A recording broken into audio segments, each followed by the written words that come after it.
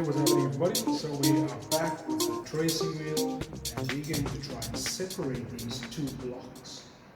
This is the back and the front of the very easy fitting trouser block, and we're going to try and use our tracing wheel to separate these two blocks. So when you are copying this out of the book, when you are following the steps, etc., you will see that the back and the front is built into one pattern. Once you get it to this step, we will then use our tracing wheel and start tracing these two blocks and separating the back from the front.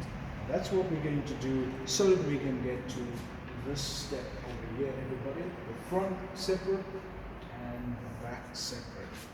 Alright, so that's what we're going to do right now. So let's get it. I'm going to paste this back onto the wall, get some paper, slap it underneath and start tracing. Let's get to zoom in real quick, guys.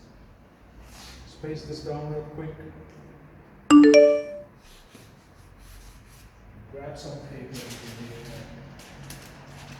and paste that paper right underneath. Of course, you don't need to do this if you are working on a table, on a flat surface. But because I'm working on a wall, it's better for me to just stick everything down. Get some paper underneath real quick.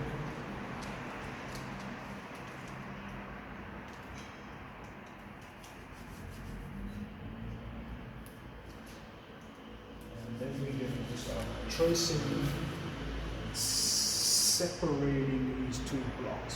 Alright, let's zoom in real quick.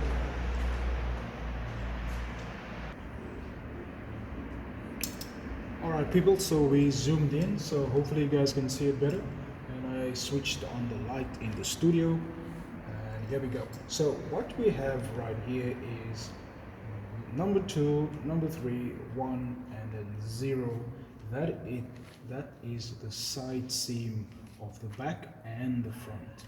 Then when we move from 0 to 12, you'll see a solid black line. Then from 12 to 13, 15, 17, 16, and then back to 2. Those are all solid lines, yeah? And that indicates the back of the pants pattern. When we are looking back again on 0, you will see going across from 0 to 6, down to 7, around the curve to 8, down to 10, 9, and back to 2. You will see that those are dotted lines. That is to indicate the front side of the pants pattern. Alright, so that tells us that the front and the back are into each other here, and we gotta separate them when we want to do something like in this case. Of course we want to have it like this, separate, right? So to get here we need to trace that block. Alright, let's get it right now. So what we want to have right now, of course, your tracing wheel, and we will start tracing from number 2 all the way to the top of 0. That's what we're going to trace the back first, all of the solid lines. You could also trace the front. There's no there's no set way of doing this. You can decide which of these two blocks you want to copy, and in our cases we're going to copy the back, which is the solid lines. Yeah. So here we go from 2 all the way up, making sure that you are using another piece of paper underneath. And of course, remember guys, this is the half scale. You need to do this on the full scale, on your actual pattern. All the way up to 0. And then from 0, we're going to go across to 12. If you are going over the line or past the point, is no matter, because we don't need that side anyway. We just need it to get from 0 to 12.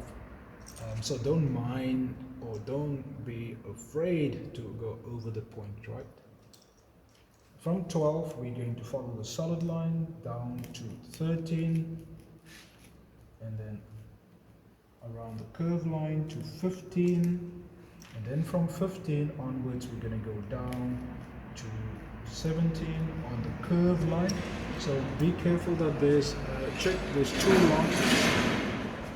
We got two lines over here, a solid line, solid black line, and a very soft black line. We want to have the solid line, yeah, the curve line. So again, from 15 down to 17 on the curve line, all the way down to 16, and then from 16 you're going to go across to 2. And there we have it, everybody. That is our back of the pattern. So let's lift up the paper, we'll see. And there we have our copy. Let me grab a chalk to highlight those lines. So again, we lift it up. And there we have our dotted lines. If you can't see it, you can highlight it with a Koki or something. All along the inside leg seam of the back, and then along the side seam of the back, and then across. There we have it, everybody. And that is the back. So we're just going to put a B there for back. Alright, so there we have the back. And here we still have the front. We just now got to cut the front. We don't need to trace anymore because all we needed from this double block, we just needed to copy one of them, which is the back now, so that on the first paper we can just cut the front from this one. Does it make sense? Yeah. So that's all that we needed, and we're going to grab our scissor real quick so that we can start cutting this one, the front, because we just need the front here. We grab a scissor, and what we can cut there, we can cut on the from 2 all the way up to 0.